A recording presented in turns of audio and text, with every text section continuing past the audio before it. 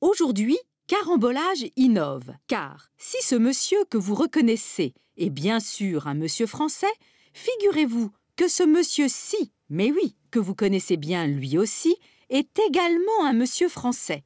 Je vous l'avais dit, Carambolage innove. Tous deux sont dans leur cuisine française et tous deux ont une petite faim. Ils s'apprêtent à déguster un délicieux encas. Voici donc une baguette bien croustillante, un bon camembert normand et bien sûr un petit ballon de vin rouge. Regardez. D'un côté comme de l'autre, le camembert a l'air juste à point, souple sous le doigt, tendre, parfait. Chacun s'en découpe un joli morceau.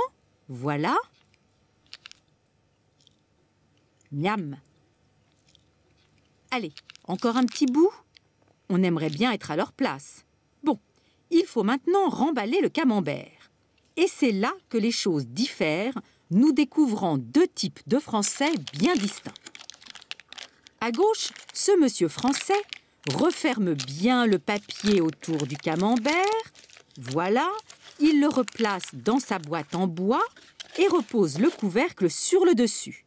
Impeccable, il le ressortira demain. À droite, il n'en va pas de même.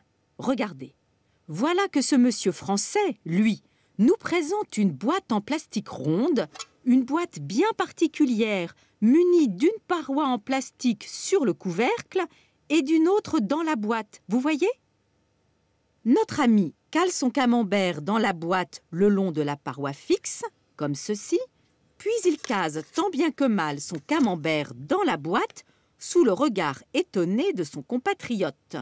Bon, il fait maintenant tourner le couvercle jusqu'à ce que l'autre paroi vienne se caler sur le camembert entamé. Voilà. 24 heures ont passé et nos deux messieurs français sont à nouveau pris d'une petite faim. L'un comme l'autre se lèchent déjà les babines devant leur boîte de camembert. Notre monsieur de gauche ouvre sa boîte, déplie le papier et regardez, le camembert s'est étalé, les deux bords se rejoignent. On dit qu'il a coulé.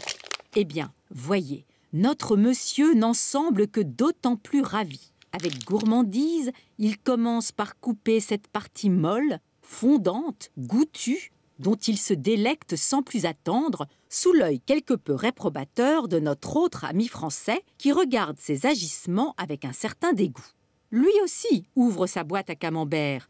Mais voyez, ici, les choses se présentent différemment. Mais oui, grâce aux lamelles de contention, le camembert a gardé sa forme initiale.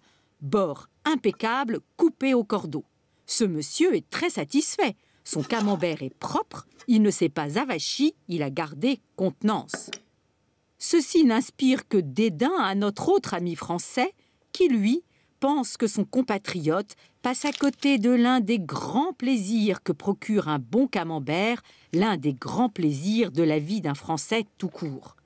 Vous l'avez compris, l'utilisation ou non de la boîte à camembert marque une césure implacable entre Français et Français.